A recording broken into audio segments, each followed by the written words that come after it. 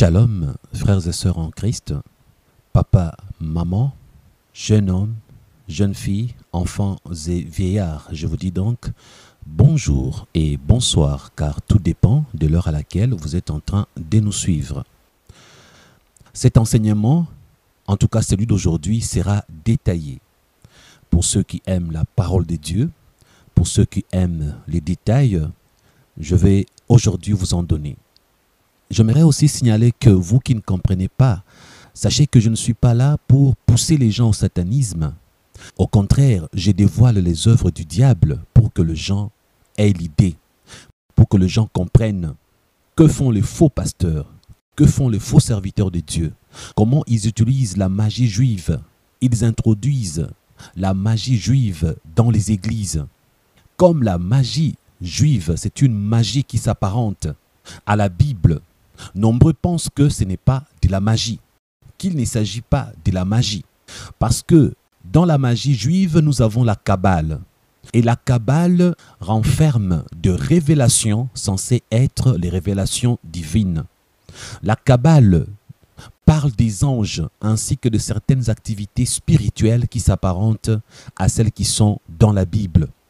Et aujourd'hui, les pasteurs kabbalistiques travaillent dans les silences sans attirer l'attention. Beaucoup d'églises aujourd'hui sont des églises qui travaillent avec la magie juive. Donc vous comprendrez pourquoi aujourd'hui je donnerai certains détails pour éclairer les peuples de Dieu. Les 9 cœurs angéliques dont nous parle la Kabbale. Pour les 9 cœurs, nous avons 9 groupes. Mais aujourd'hui, je vais scinder d'abord le 9 groupes en 3 groupes pour vous dire que le 9 groupes, lorsqu'ils sont scindés en 3 groupes, c'est pour que je vous donne cette information. Nous avons le premier groupe qui renferme ce qu'on appelle les êtres supérieurs. Il s'agit de séraphins, chérubins et trônes. Le deuxième groupe appelé les êtres intermédiaires. Il s'agit des dominations, puissances et vertus. Le troisième groupe, il s'agit des êtres de lumière ou gardiens. Nous avons là-dedans les principautés, les archanges ainsi que les anges. Donc, comme vous venez de remarquer, j'avais scindé le 9 cœurs angéliques en 3 groupes pour ressortir les différents types d'êtres que nous avons pour chaque groupe de 3. Ainsi, nous en avons 9. 9 cœurs angéliques tels que l'appelle la Kabbale. La tradition kabbalistique classe les 72 anges en 9 cœurs. La Kabbale vous parle des 72 génies. Vous entendez parler des 72 génies de la Kabbale. Aujourd'hui, je vous dirais que la tradition kabbalistique classe les 72 anges ou 72 anges en 9 cœurs. Ils sont tous sous la régence d'un prince archange. Le mot régence identifie la direction, pour dire sous la domination d'un chef. Donc je répète, les 72 anges répartis en 9 cœurs, eux tous, ces 72 anges ont un chef principal. Or, dans chaque groupe, il y a des chefs de groupe. Nous avons le 9 cœurs et chaque cœur a un chef. Mais chaque chef de chaque cœur a aussi son chef qu'on appelle le Métatron. Et tous les 72 anges dirigés par les autres chefs ont aussi leur chef qu'on appelle le Métatron. Le Métatron, en quelque sorte, c'est le chef de toute la hiérarchie angélique de Satan. Comme vous le savez, ceux qui sont avec Satan sont appelés aussi des anges, mais pour être précis, ce sont des anges déchus. J'aimerais signaler à partir de ces niveaux que, en fait, le diable n'a pas créé les anges. Lorsqu'il a quitté le royaume des dieux, il avait corrompu à peu près chaque groupe d'anges.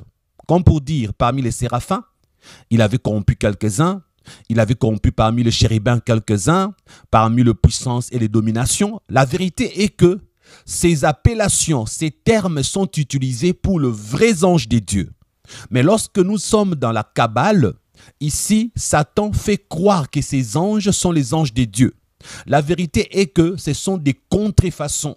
Le diable a copié ce qu'il y a au ciel pour faire croire aux gens qu'il s'agit de Dieu.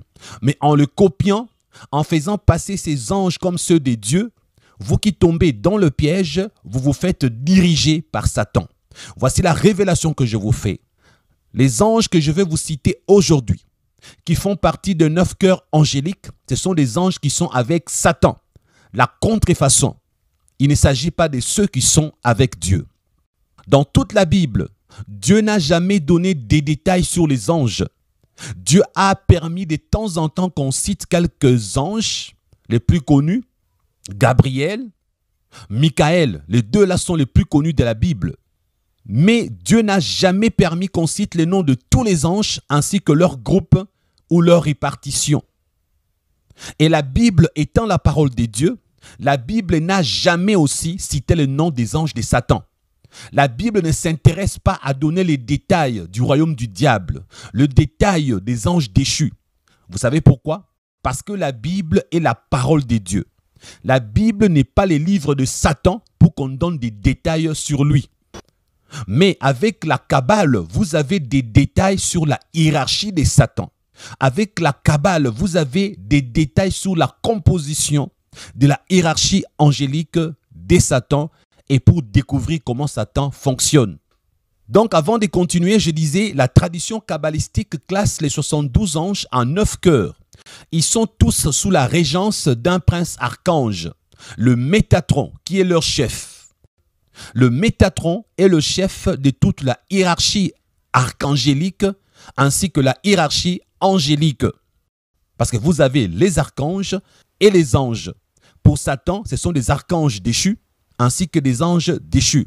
Frères et sœurs, lorsque j'avais 18 ans, je n'aime pas toujours témoigner, mais de temps en temps, je vous donne des extraits de mon témoignage. À l'âge de 18 ans, j'ai demandé la mort. Je voulais que Jésus me tue parce que j'étais fatigué de ce qu'était ma vie ici-bas sur terre.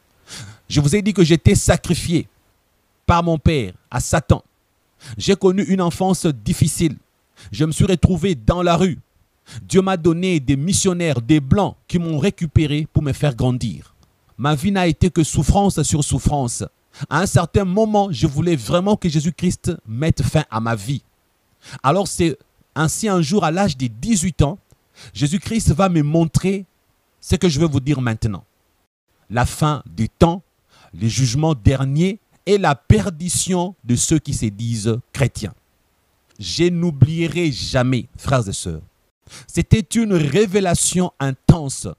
J'avais trouvé vraiment étrange qu'il me trouve important, qu'il me donne des révélations pour l'église corps de Christ. Jamais je n'ai eu le courage de libérer toutes les révélations que j'ai reçues de lui. Donc vous comprenez par là que si je ne peux pas témoigner aujourd'hui, c'est parce que j'attends que Jésus me dise « Christian, c'est le moment, tu peux y aller ». Parce que lorsque je vais libérer ces révélations, certaines personnes seront citées. Ces personnes sont encore en vie. Elles peuvent se fâcher contre moi. Revenons sur le sujet du jour. À propos de la révélation sur le temps de la fin, les jugements derniers, le retour de Christ ainsi que le chrétien qui seront perdus. Il y a des choses que j'ai apprises à l'âge de 18 ans, que Jésus m'avait montré et expliqué. Si j'ai le temps aujourd'hui, je veux revenir là-dessus pour vous expliquer pourquoi ces choses arriveront. Pourquoi beaucoup de chrétiens seront perdus. Et j'aimerais signaler à partir de maintenant, nombreux se perdront au niveau des églises. Parce que le diable a décidé d'utiliser les églises comme une arme. Les églises locales aujourd'hui sont les armes que Satan utilise pour votre perdition. Les doctrines des démons sont enseignées dans les églises locales. Et les pasteurs satanistes ont la mission de vous égarer en introduisant les doctrines des démons. Vous allez vous attacher à ces doctrines-là et vous allez vous perdre. C'est ce que le Seigneur Jésus m'avait montré à l'âge de 18 ans. Il y avait des chrétiens qui étaient en prière. Il y avait des chrétiens qui jeûnaient. Ils étaient sûrs, pendant les jeûnes et la prière, que si jamais ils mouraient, ils allaient au ciel. Mais malheureusement, nombreux sont ces chrétiens qui mourront avec la Bible en main. qui mourront en train de prier et d'intercéder, qui mourront en plein combat spirituel, qui mourront en train de prier, de jeûner, mais lorsqu'ils meurent, paf, au lieu de se retrouver dans les camps de Dieu, ils vont se retrouver du côté de l'ennemi. À cause de quoi? À cause des doctrines des démons qui sont enseignées et prêchées dans les églises locales. Ces églises que Satan utilise comme des armes spirituelles pour vous éloigner. Parce que Satan sait que s'il se présente comme il est, c'est moi Satan, regardez-moi, je suis là contre vous. Personne ne va se laisser faire. Alors Satan connaît la technique. Il faut qu'il se fasse passer pour Jésus-Christ. Il faut qu'il se fasse passer pour Dieu. Pourquoi ces gens seront en train de prier, mais après leur mort, ils se retrouvent en enfer? Tout simplement parce que ils seront en train de prier, mais vivant toujours dans le péché. Ils seront chrétiens, chrétiennes, en train de faire des jeûnes et de prier, mais jamais ils ne se sont débarrassés de leur péché. C'est comme le pasteur nigérian Chris qui dit que la masturbation n'est pas un péché. Si vous êtes dans son église, le jour de votre mort, vous croirez que vous êtes sauvés. Vous allez croire que Jésus-Christ est votre Dieu. Vous allez penser qu'en mourant, vous allez au ciel. Mais vous serez surpris. En mourant, vous allez vous retrouver où c'est? En enfer. Pourquoi? Parce que vous serez dans votre vie avec un péché de masturbation non confessé. Le fait qu'on vous a fait croire que la masturbation n'est pas un péché, vous ne vous repentirez jamais lorsque vous vous masturbez. Cela veut dire que le péché de la masturbation restera dans votre vie. Il restera un péché non confessé. Et même si vous étiez en train de prier, le fait que vous ne savez pas que c'est un péché à confesser, en mourant, vous allez mourir avec le péché de la masturbation non confessée. Il en est de même pour les autres péchés également. Si on vous fait croire que le sexe avant le mariage n'est pas un péché par votre pasteur, donc vous allez faire le sexe avant le mariage et vous serez en jeûne et prière, vous mourrez, vous êtes perdu parce que vous n'avez jamais confessé ces péchés. Il y a des pasteurs qui vous disent que la fellation n'est pas un péché, la sodomie n'est pas un péché, le sexe par voie orale, introduire votre sexe dans la bouche de votre femme, ce n'est pas un péché. Ou vous sucez le sexe de votre femme, ce n'est pas un péché. Vous croyez un tel pasteur, vous êtes en jeûne et prière, vous mourrez. Vous serez perdu parce que vous avez cru à un mensonge. Vous serez perdu parce que vous êtes dans un péché non confessé. C'est ça l'explication. L'église est devenue une arme que Satan utilise contre le chrétien. Vous croyez le pasteur sataniste, vous croyez leur évangile, vous croyez leur doctrine des démons. Vous êtes en train de vous exposer à la perdition.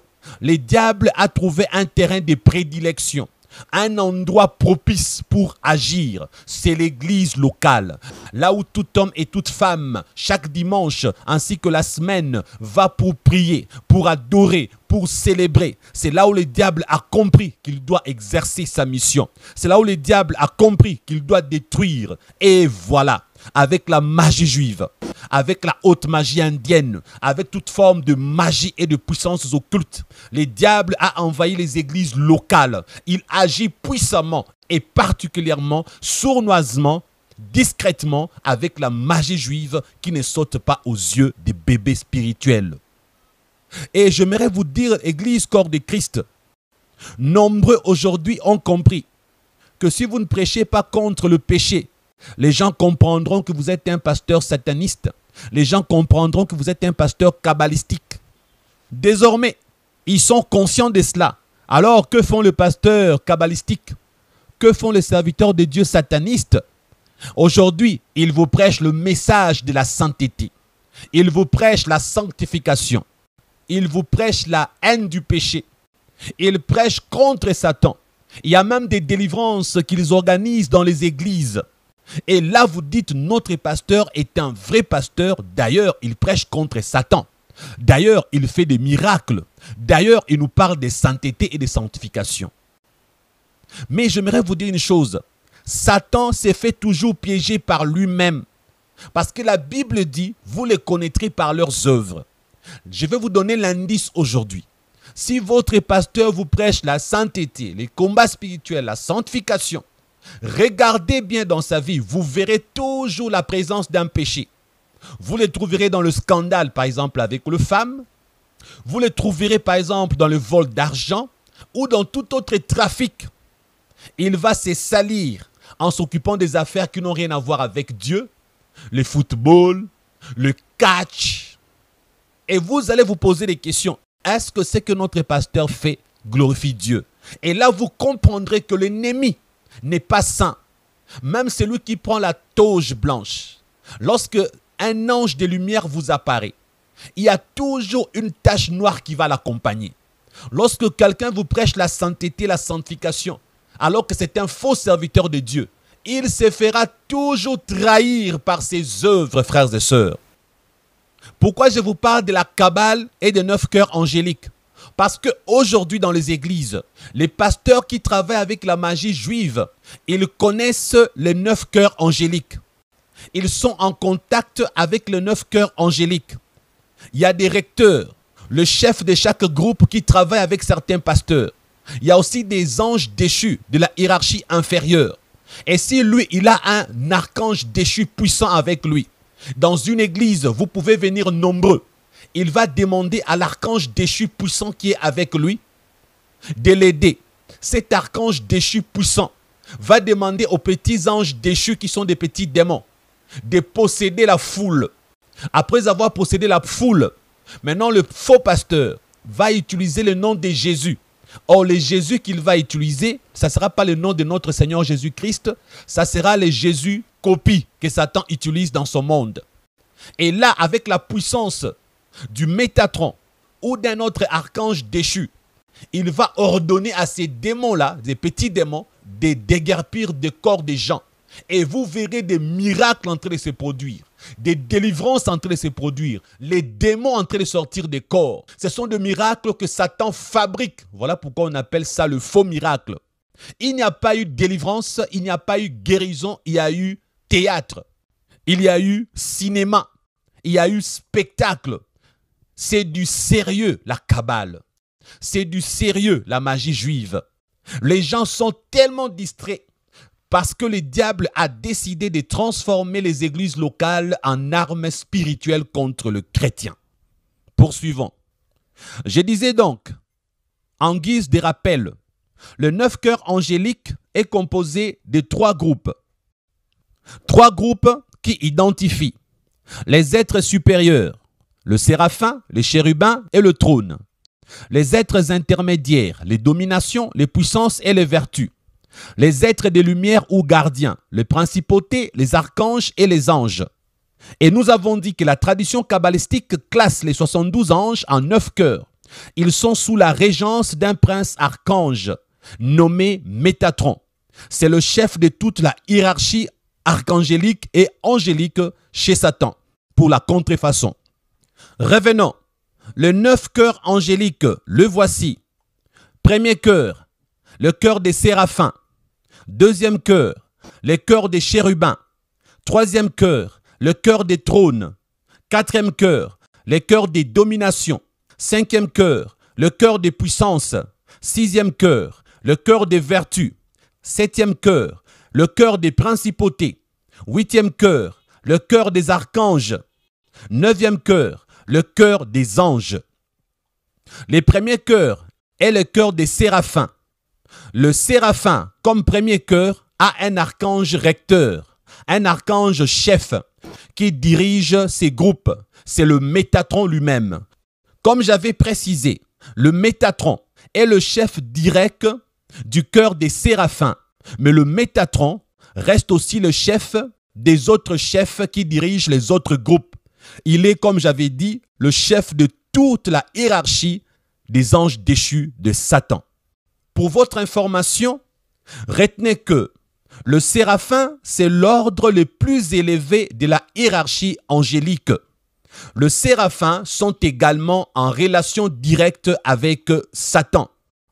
Et je ne cesserai de rappeler que Satan a copié les modèles des dieux pour votre perdition. Dans cette hiérarchie que je suis en train de vous révéler, il ne s'agit pas des dieux. Le séraphin ici, ce sont les séraphins des Satan. Ceux qui sont avec Satan, mais on le présente comme étant avec Dieu. Voilà pourquoi beaucoup de gens ont eu à les adorer, à prier des anges, à adresser les prières aux anges parce qu'on leur avait fait croire qu'ils étaient les anges de Dieu. Maintenant, toi qui as déjà prié un ange, cherche ta délivrance. La Bible dit qu'on doit prier Dieu en passant par son Fils Jésus. Point barre. On adresse nos prières à Dieu au nom de son Fils Jésus. En dehors de notre Dieu et de Jésus-Christ, on ne peut pas adresser sa prière à une entité spirituelle autre. Donc, vous ne pouvez pas prier quelqu'un d'autre en dehors de Dieu et de Jésus. Par défaut, si vous priez même le Saint-Esprit, ce n'est pas un péché. Ça peut se comprendre parce que le Saint-Esprit, c'est aussi Dieu lui-même. Si vous priez même séparément, Dieu le Père à part, Jésus-Christ à part, le Saint-Esprit à part, ça peut encore se comprendre, ce n'est pas un péché.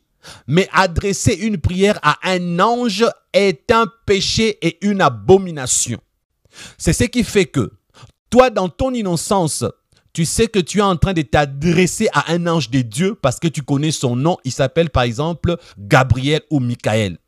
Comme les prières ne peuvent pas être adressées à un ange, lorsque Satan te voit en train de faire cette gaffe, Satan va demander à son archange déchu, qui s'est fait passer pour Michael ou Gabriel, de t'apparaître ou de venir dans ta vie pour perturber ton existence.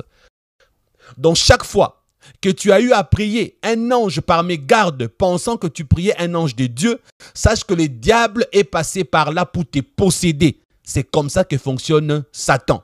Parce que Satan sait que on ne peut jamais prier un ange. Lorsque tu pries un ange, ce sont ces anges à lui que tu es en train de prier. D'ailleurs, c'est pour cette raison que les anges déchus de Satan, les archanges déchus de Satan, portent les vrais noms de vrais anges de Dieu pour se faire passer pour eux. C'est ça la ruse et l'astuce. Alors, revenons sur les séraphins que dirige le Métatron. Je répète, c'est l'ordre le plus élevé de la hiérarchie démoniaque chez Satan. Les séraphins sont également en relation directe avec Satan, appelés les flamboyants. Ils sont artisans de la volonté du diable. Ils ont en charge le feu de la destruction satanique. Ils se transforment en anges de lumière comme Satan le fait souvent. Lorsqu'ils se transforment en anges de lumière comme Satan, c'est pour vous faire croire qu'ils viennent de la part de Dieu. Lorsque un faux pasteur travaille avec la magie juive, un pasteur de la Kabbale, il vous présentera l'évangile qui vient de Dieu. Vous croirez qu'il est réellement avec Dieu. Il vous prêchera la sainteté. Il vous parlera de la sanctification, la haine du péché. Il prêchera contre les œuvres du diable. Il va même se mettre à citer les noms des faux pasteurs. Vous allez penser qu'il est réellement avec Dieu. Ça, c'est la ruse des séraphins, les archanges déchus du diable. Ça, c'est la ruse inspirée par le Métatron, le chef suprême de la hiérarchie démoniaque. Frères et sœurs, sachez à partir d'aujourd'hui une chose, que tous ceux qui dénoncent les œuvres du diable, tous ceux qui démasquent le faux pasteur ne sont pas serviteurs de Dieu. Les diables travaillent dans un autre registre, celui de la lumière. Lorsqu'on dit que les diables se transforment en anges de lumière, c'est pour dire que lorsqu'il était avec Dieu, il était Lucifer, l'ange de lumière, porteur de lumière. Il représentait la sainteté de Dieu. Maintenant qu'il est déchu, lorsqu'il se présente en ange de lumière, c'est pour vous tromper. C'est comme le loup qui prend la peau du brebis. Il entre dans la bergerie comme une brebis, mais c'est un loup. La nuit, il va dévorer le brebis. C'est comme ça que Satan fait. Les pasteurs satanistes sont aussi parmi ceux qui dénoncent le monde des ténèbres. Les pasteurs kabbalistiques, utilisant la magie juive et la magie Ka, la haute magie indienne, sont aussi parmi ceux qui dénoncent, démasquent le faux pasteur. Vous allez me dire comment chose pareille est possible. Frères et sœurs, Satan n'est pas divisé, mais Satan est rusé. Satan, c'est un grand comédien. Il inspire même les acteurs de cinéma à faire le film. À combien plus forte raison lui-même, il sait faire la comédie. Il va dire par exemple au pasteur X, tu vas dénoncer pasteur Y. Pourtant, vous deux, vous êtes de mon royaume. Faites ça sur la terre pour que les gens pensent que vous êtes des ennemis. Quand toi, tu vas dénoncer Y, les gens penseront que toi, tu es avec Dieu. Lorsque Y sera dénoncé, il fera semblant. Il va continuer, il aura toujours les gens. Laissez-moi vous poser une question. Tous les pasteurs que vous avez démasqués comme faux pasteurs, leurs églises, se sont-elles vidées? La réponse est non. Ils sont toujours influents, ont toujours une foule immense. Leurs églises sont les plus peuplées. Ils sont toujours millionnaires. Ils ont toujours de l'impact. Ce n'est pas en les dénonçant que les gens se sont vidés dans leurs églises. Parce qu'ils savent, même si vous les dénoncez, ils ne perdront pas leur puissance sur le terrain parce que Satan est adulé. Satan utilise la ruse de s'introduire au niveau des églises locales. Ainsi, quand il cherche quelqu'un qui le serve, Satan lui dit, toi, tu commenceras à dénoncer les autres. Et lorsque tu dénonces les autres, tu vas aussi ajouter dans ta liste ceux qui sont avec moi et ceux qui sont avec Dieu. Maintenant, en dénonçant, vous verrez un certain homme de Dieu vous dire que je dénonce le faux. Mais en dénonçant le faux, il dénonce aussi le vrai. Vous verrez dans sa liste, il y a réellement le faux pasteur qui sont satanistes, mais il y a d'autres qui sont des vrais pasteurs qui ne sont pas satanistes, mais lui, il les a dénoncés comme étant de faux. Il n'est pas en train de servir Dieu, il est inspiré par Satan lui-même. Il est inspiré par les archanges déchus de Satan. Tout à l'heure, je vais vous décortiquer encore les multiples missions, les diverses missions qu'ont les anges déchus dans la vie des hommes. Parmi les missions multiples qu'ils ont aussi la mission d'inspirer. Vous entendez? Si un pasteur vit dans le péché, il recevra beaucoup d'inspiration et beaucoup de révélations. Il ne fera pas la différence entre les inspirations sataniques et les inspirations divines. Il ne fera pas la différence entre les révélations sataniques et les révélations divines.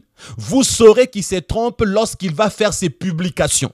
Vous allez découvrir que il y a des moments où il a raison, d'autres moments où il a tort. Mais qu'est-ce qui fait qu'il ait raison et tort? Parce qu'il sert deux maîtres à la fois. Il est en même temps en train de servir Dieu et en même temps il sert Satan. Or, ceux qui servent deux maîtres, souvent ils ne le savent pas.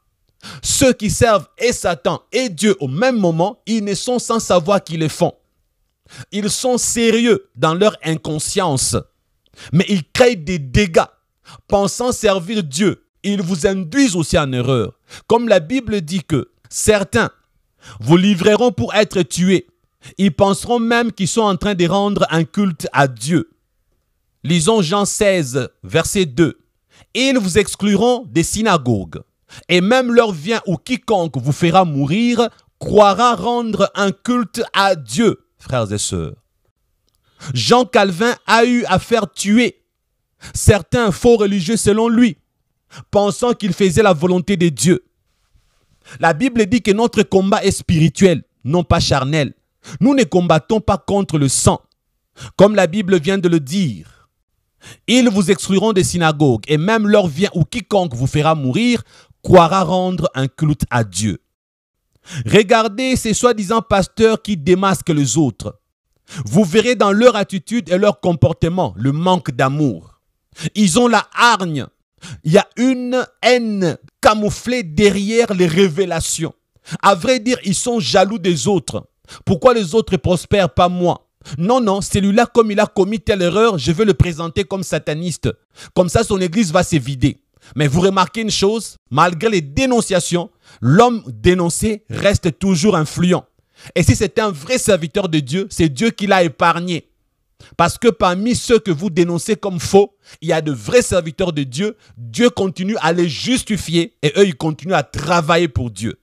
Alors, j'aimerais à présent qu'on parle un peu des vrais séraphins de Dieu, ceux qui sont avec Dieu.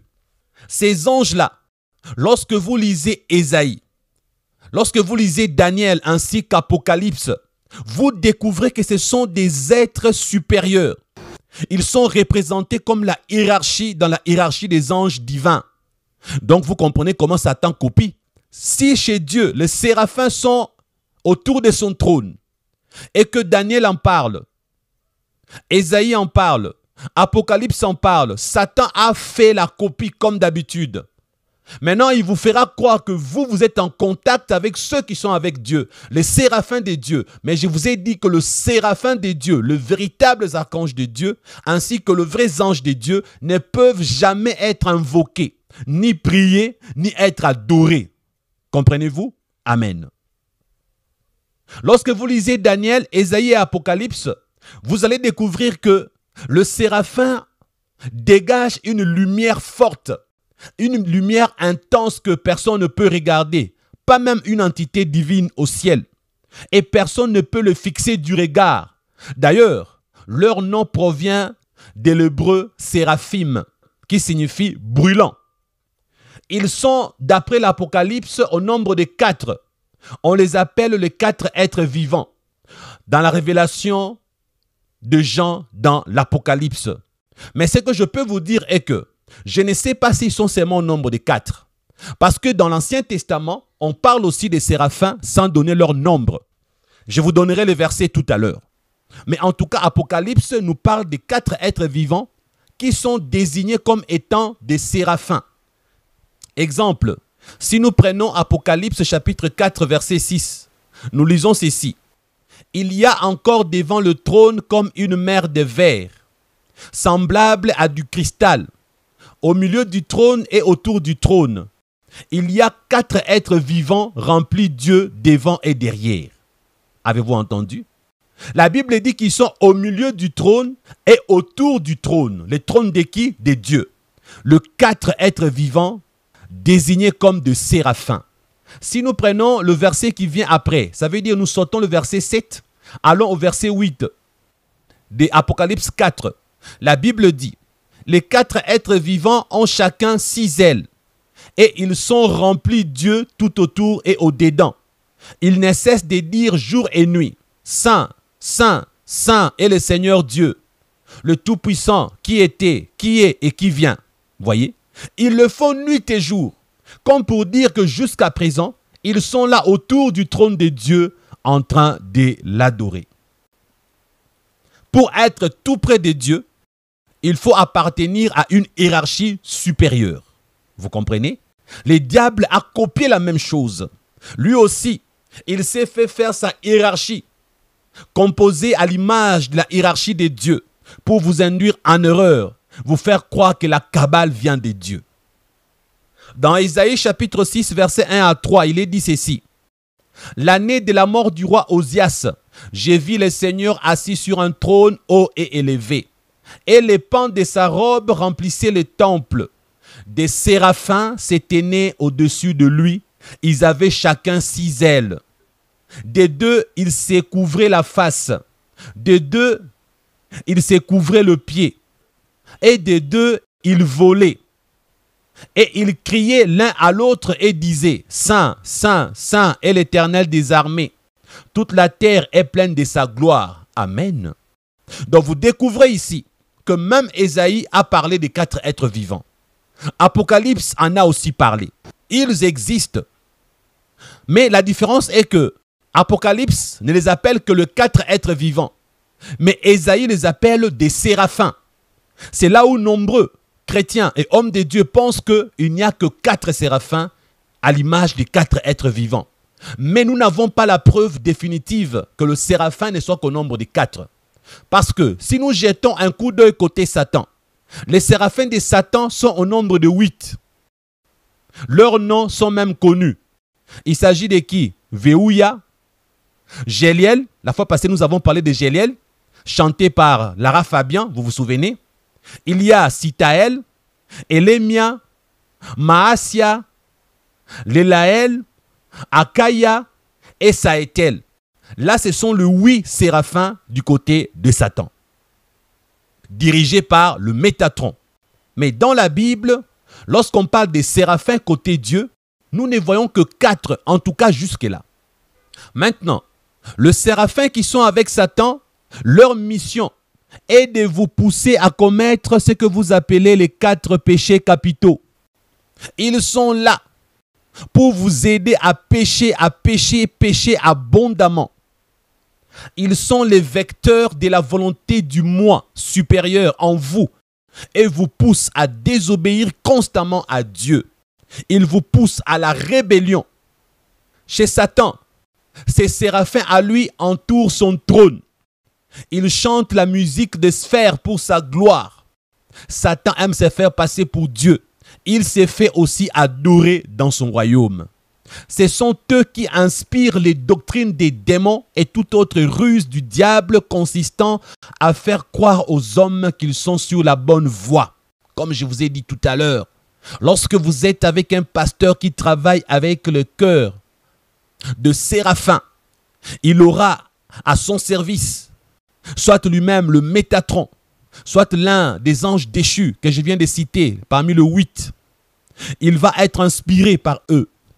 Ils vont l'inspirer des doctrines des démons. Ils vont le pousser à vous faire croire que la masturbation n'est pas un péché. La sodomie n'est pas un péché. L'homosexualité n'est pas un péché. Il y a même des pasteurs aux États-Unis qui célèbrent le mariage des homosexuels. On commence à dire non, non, il est homosexuel, ce n'est pas de sa faute. Il est né comme ça, c'est Dieu qui l'a créé ainsi. Il a découvert son homosexualité en grandissant. Ce sont des doctrines des démons inspirées par le Métatron ou encore par ces séraphins déchus. C'est dans ces cœurs de séraphins que Satan travaille pour pervertir l'Église, pour inspirer des choses sales, pouvant induire les hommes en erreur pour qu'ils se perdent à jamais. Après avoir fini avec le cœur des séraphins, je vais maintenant vous parler de principautés. Les 9 cœurs angéliques de la Kabbale. Je vais en choisir que 4 pour aujourd'hui. Je choisirai les 4e cœurs, les dominations. Les 5e cœurs, les puissances. Le 7e cœur, les principautés. Ainsi que le 9e cœur, les anges. Et à la fin, je vous réserve une surprise. Après avoir parlé de ces 4 cœurs angéliques de la Kabbale, je vous réserve une surprise à la fin. Ne la ratez pas, s'il vous plaît. Commençons avec de principautés, qui a pour chef l'archange recteur Haniel. H-A-N-I-E-L. Frères et sœurs, cette hiérarchie des anges déchus chez Satan a la fonction de stimuler la haine et de vous inciter à créer des conflits, de guerres et toutes sortes d'inimitiés. Ils inspirent toutes sortes de divisions et de séparations. Ce sont eux, les principautés, qui vous poussent au divorce, qui vous poussent à la guerre, qui vous poussent aux séparations. Ce sont les principautés de Satan. Satan les appelle le messager parce qu'ils sont là en mouvement en tout temps. Ils sont là en train de voyager spirituellement en tout temps, en mission auprès des hommes. Les principautés sont à vaincre au nom de Jésus. Les principautés de Satan sont garants des conflits et de la haine sur terre et entre les hommes. Ils créent des hommes belliqueux. Ils élèvent une nation contre une autre nation. Ils inspirent la guerre. Un président contre un autre, ils entrent en guerre. Et la population est tuée. Le sang est versé pour la gloire de Satan. Ce sont les principautés qui sont derrière chaque guerre provoquée ici-bas sur terre. Chaque divorce, chaque séparation. Les principautés sont des anges déchus qui inspirent les inimitiés, le manque de respect, l'absence de l'unité et l'absence de paix. Ils vous troublent. Vous avez un cœur qui fait mal. Vous n'êtes pas en paix avec vous-même ni avec les autres. Frères et sœurs, ce sont ces anges déchus qui s'occupent des gouvernements mondiaux, les principautés. Ils s'occupent des gouvernements mondiaux. Ils sont là. C'est pourquoi vous remarquez que chaque chef de gouvernement est un sataniste. Vladimir Poutine, grand sataniste, qui travaille avec le principauté. Donald Trump, grand sataniste, qui travaille avec le principauté. Qui d'autre? Ils sont tellement nombreux. Le plus discret, ce sont ces présidents. Avec le temps, vous découvrez qu'ils font semblant de devenir religieux, de devenir chrétiens et de tendre la main à Israël. C'est que vous ne comprenez pas. Il n'y a pas que Israël spirituel qui travaille avec Dieu. Il y a Israël divin et Israël satanique. Il y a Israël qui est avec Dieu et il y a Israël qui est avec Satan. Êtes-vous sûr que votre président, lorsqu'il tend sa main à Israël, il le fait avec Israël qui est avec Dieu ou il le fait avec Israël qui travaille avec la magie juive? À vous de répondre. Prenons le cas de la plupart des présidents américains. La majorité des présidents américains ont eu à travailler en étroite collaboration avec Israël. Pourquoi? Ces présidents-là américains, la majorité était dans la magie, dans l'occultisme. Ce sont des présidents qui travaillent dans l'aspect spirituel avec Israël. Ils sont en contact avec la magie juive. Ce sont des alliances démoniaques. Mais dans l'apparence, vous pensez qu'il s'agit des choses des dieux. Mais pourtant, en coulisses, ils sont en relation avec le principauté au service de Satan qui dirige les nations. Frères et sœurs, je vous donnerai une preuve biblique. Vous allez voir que dans le 9 cœurs angéliques du diable, nous sommes là en train de parler du cœur des principautés dirigées par Aniel, qui a à son service 8 autres anges que je ne vous donnerai pas le nom. Parce que mon travail n'est pas de vous rendre satanique, n'est pas de vous donner toutes les révélations sur Satan. C'est de vous donner l'idée. Alors là, je refuse de vous donner les 8 anges qui sont à son service. Néanmoins, si nous ouvrons Daniel chapitre 10, verset 13, nous découvrons ceci. Il est écrit, le chef, au singulier, du royaume de Perse m'a résisté 21 jours. Mais voici, Michael, l'un des principaux chefs, est venu à mon secours et je suis demeuré là auprès du roi de Perse. Ce que le commun d'immortel ne comprend pas dans ces versets est que cet ange de Dieu qui a été envoyé, si ma mémoire est bonne, il s'agit de Gabriel. Dieu l'a envoyé pour exaucer la prière de Daniel. Ici, en parlant à Daniel, il lui dit, le chef du royaume de Perse m'a résisté 21 jours, donc 3 semaines. Frères et sœurs, est-ce qu'un ange qui est invisible peut être résisté par un être humain en os et en chair? La réponse est non. Donc, le chef du royaume de Perse dont parle ici l'archange envoyé par Dieu pour secourir Daniel, c'est un chef du royaume de Perse spirituel. Certainement, il doit être soit Aniel, l'archange recteur des principautés, ou alors l'un des anges déchus qui sont au service de Aniel. Autrement dit, c'est une entité représentant les principautés qui avaient résisté à l'archange Gabriel en mission vers Daniel. Je répète, c'est une entité démoniaque venue de la hiérarchie des principautés qui avait résisté à l'archange envoyé vers Daniel pendant 21 jours, le chef du royaume de Perse, donc la représentation d'un archange déchu chez Satan, qui avait résisté contre l'archange envoyé par Dieu à Daniel. D'autres chrétiens pensent que l'archange Gabriel, celui qui est avec Dieu, n'est qu'un messager. Mais j'aimerais que ces chrétiens découvrent ici une chose. Si vous ne le prenez que comme étant un messager, avec quelle onction a-t-il eu pour résister contre le chef du royaume de Perse, qui est un archange puissant de Satan? C'est pour vous dire que chez Dieu, tous les anges sont puissants.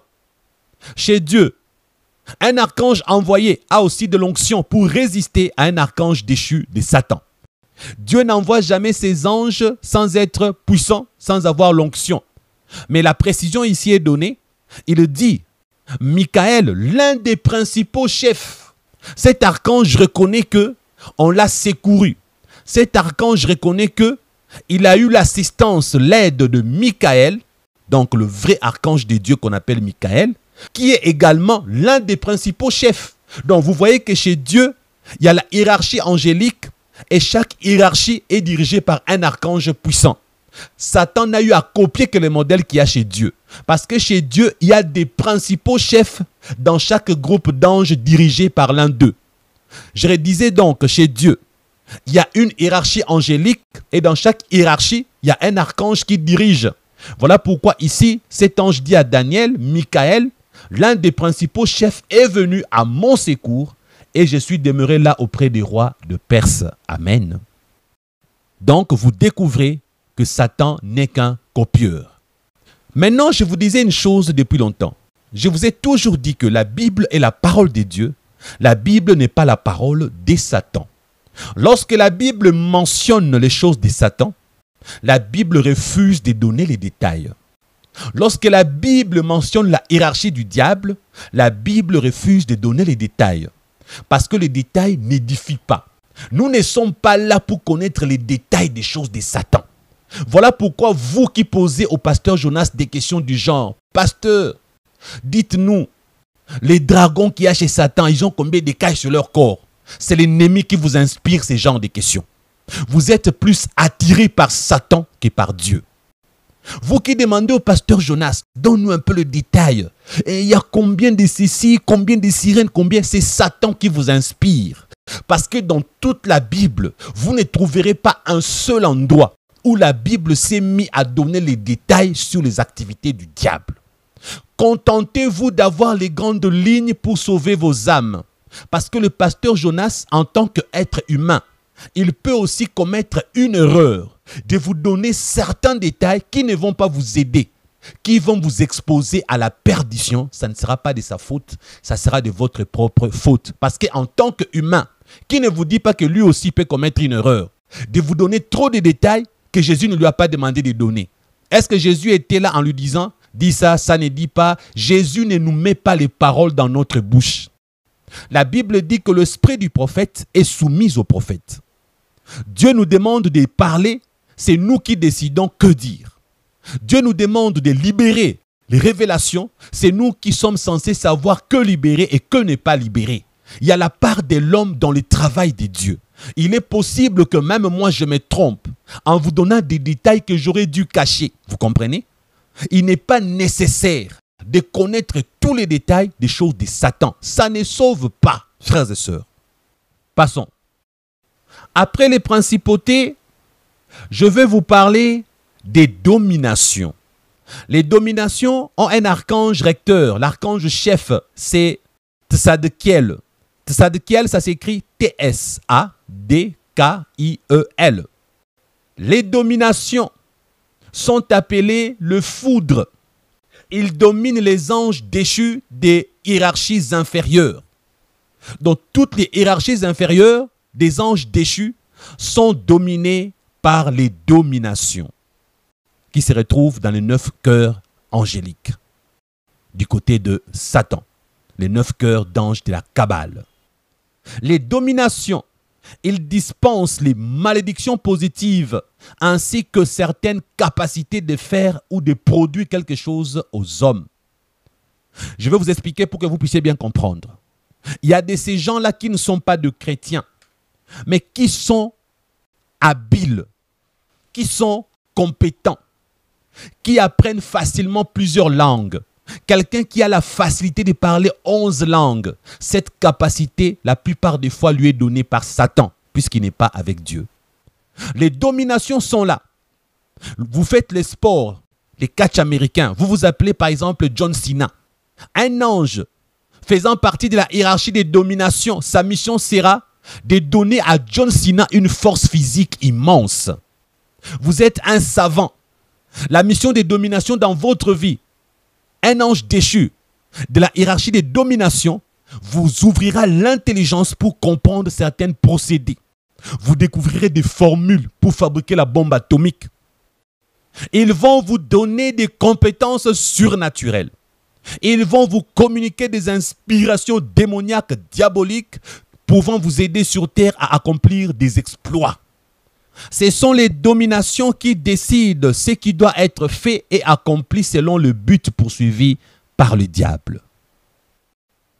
Les anges déchus de cette hiérarchie gouvernent les activités de tout le groupe démoniaque qui leur sont inférieurs.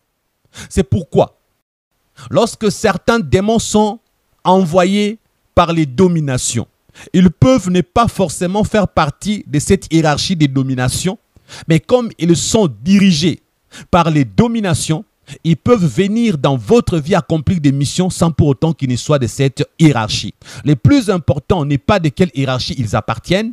Le plus important, c'est de comprendre que les dominations sont là pour aussi introduire dans vos vies les malédictions positives, les compétences pour faire des choses contre la volonté de Dieu, pour fabriquer et inventer des choses qui pousseront les gens à pécher, comme ceux qui ont eu à inventer le sexe artificiel. J'ai oublié même le nom. Toutes ces femmes blanches qui achètent le sexe artificiel avec des dimensions multiples pour se masturber avec, pour ne pas coucher avec les hommes. Ils se font des jouissances personnelles, des auto-jouissances avec cet objet. Inspiration démoniaque de la hiérarchie des dominations. Les dominations, ce sont les exécutants du diable et ceux qui donnent les ordres à des anges inférieurs de cette hiérarchie pour aller en mission contre vous. Ils sont représentants du diable. Ils œuvrent aussi à l'intégration de mondes spirituels et matériels. Par moments, ils aident des usines censées être basées sur terre, des usines de fabrication qui doivent fabriquer des choses pour envahir le monde. Ces usines sont dans le monde de Satan, dirigées et gérées par les dominations. Ils envoient les autres anges des autres hiérarchies s'en occuper aussi. Dès que ces choses sont créées, les satanistes qui sont des humains, ils travaillent en collaboration avec eux. Ces choses quittent le monde invisible de Satan pour venir dans ce monde physique matériel où nous sommes. La plupart des fois, c'est cette hiérarchie d'anges, les dominations qui s'en occupent ou qui donnent des ordres aux anges déchus qui leur sont inférieurs de le faire. Ou encore, ils laissent les hommes avec des incantations s'en occuper pour envahir le monde des humains. Ils polluent notre univers. Ils polluent notre monde avec des choses qui vous rendront malades. De rouge à lèvres sataniques. Lorsque vous les mettez sur vos lèvres, ça attire les hommes. Des laits de beauté sataniques qui transforment votre peau en peau de porc. Vous vous blanchissez la peau. Vous devenez comme un porc. Vous sentez l'odeur du porc. Vous respirez comme un porc. Des produits pharmaceutiques fabriqués dans le monde de Satan. Des cheveux artificiels fabriqués dans le monde de Satan. Il y a toutes sortes de choses qu'on fabrique dans le monde de Satan qui transitent dans ces mondes. Lorsque j'ai parlé de la malédiction positive, pour vous qui ne comprenez toujours pas, le diable ne bénit jamais. Tout ce que Satan vous donne est une malédiction et non une bénédiction. Si c'est quelque chose qui vous sera profitable ici sur terre, on l'appelle la malédiction positive. Pourquoi positive? Pour ne pas être une bénédiction, on appelle ça la malédiction positive. Exemple, Satan vous fait prospérer. Vos entreprises, tout marche. C'est une malédiction positive. Les hommes vous courent après. C'est une malédiction positive. Vous devenez très intelligent pour fabriquer des choses contre la gloire de Dieu. C'est une malédiction positive. Je pense que vous avez compris. Les dominations sont les dispensateurs des malédictions. Aussi dispensateurs des capacités démoniaques de faire quelque chose pour la gloire de Satan. Les dominations vous poussent au renforcement des compétences dans l'exercice de vos fonctions. Ils vous rendent capable d'être compétent, capable d'être meilleur que les autres. Ils vous élèvent. Voilà pourquoi Satan avait dit à Jésus, si tu m'adores, tout ceci m'a été donné, je te le donnerai. Ceux qui ont eu à adorer Satan, Satan partage le monde avec eux. Voilà pourquoi la Bible dit que le monde entier est sous la puissance de Satan. Si tu es avec Satan, momentanément, il acceptera de partager le monde avec toi. Il te donnera une portion du monde. Tu deviendras président de la République. Tu deviendras responsable, je ne sais dans quelle société. Oui, tu deviendras fort et puissant. C'est ça qu'on appelle le malédiction positive. Des choses qui vous sont profitables, données par Satan, ne sont pas des bénédictions. Les dominations inspirent également les désirs et les passions qui élèvent la chair et poussent l'homme à ne plus utiliser son libre arbitre. Beaucoup de ceux qui travaillent avec les dominations ne se maîtrisent plus. Ils ont perdu le pouvoir de leur libre arbitre parce qu'ils ont fait un pacte avec Satan. Ils ont vendu leur liberté. Les diables décident à leur place. Les diables les a emprisonnés. La majorité des gens qui sont envahis par les anges déchus des dominations ne seront jamais gagnés à Christ. Parce qu'ils ont fait des alliances puissantes, leur liberté a été vendue. Leur libre arbitre est dominé par les entités sataniques. C'est pourquoi vous remarquez, Ceausescu de Roumanie est mort sans se repentir. Hitler Adolphe est mort sans se repentir. Même la majorité des présidents américains meurent sans se repentir. Beaucoup de chefs politiques, beaucoup de dirigeants du monde meurent païens. Même si on leur parle de Jésus à leur lit d'hôpital, ils refusent de croire en Jésus parce que leur libre arbitre est dominé par les dominations. Frères et sœurs, je ne vous parlerai pas de tous les 9 cœurs. Je me contente de vous parler des cœurs les plus connus. Vous allez comprendre pourquoi à la fin. Je vous réserve donc une surprise.